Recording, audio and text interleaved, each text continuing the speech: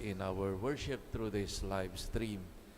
We start today reading from the so-called sapiential books or books of wisdom in the Bible, from the book of Proverbs.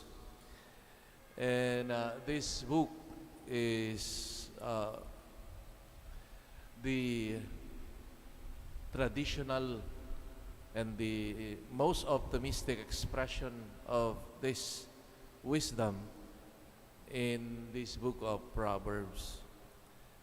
The perspective or horizon of this book embraces the three great relations which constitute the fundamental web of human life. The bond with God, first and foremost. The relationship with things, with creation. And the relationship with fellow human beings. Three things or great relations that constitute the very fabric of our human life. The last theme dedicated our reflection today. This is a small collection of teachings that we read today, which are placed in the mouth of a father-teacher figure. We find here that the concern is that of the social morality or relationship with other people. And this social morality taught by the wise men and women of Israel consists of a series of commitments, often dramatized in sketches of lived experiences, like the case, for example, in today's, reading. Part of the saying is that the immediate and spontaneous generosity in verses 27 and 28.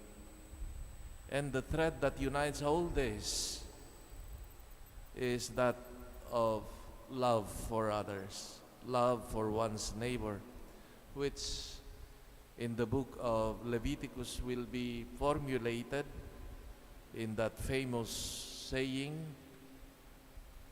"You shall love your neighbor as yourself," in chapter 19, verse 18. Egoism, wickedness, anger, envy, pride are detested by the Lord, and therefore also by the just person. A pious person who lends and gives generously to the poor is acceptable and pleasing to God. If we look at these wisdom sayings, teachings, we see, of course, that ultimately it comes from God.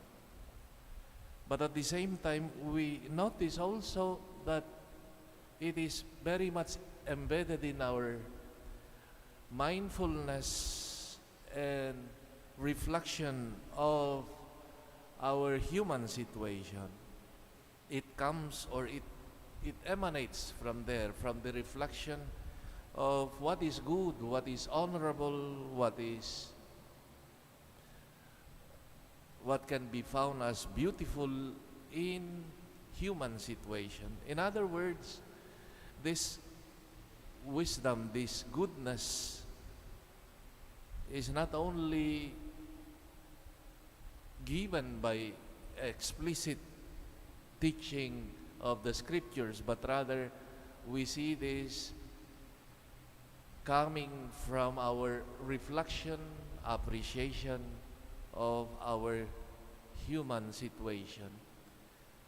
And this connects us even with those non-believers.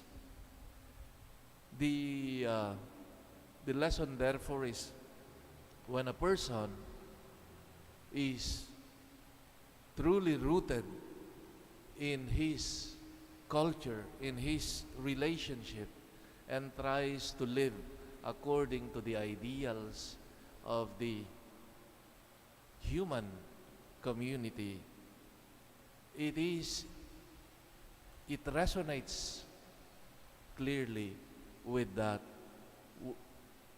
will of God.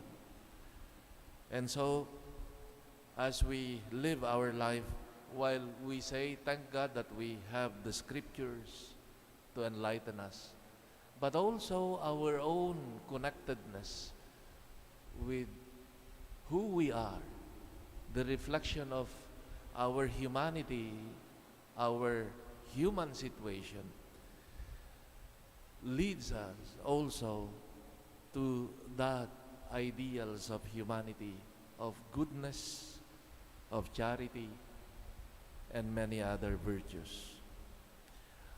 As we live our life, let it be a life that is always connected with a sincere, honest look, consideration on ourselves, on our situation, because that leads us to goodness, to virtues that are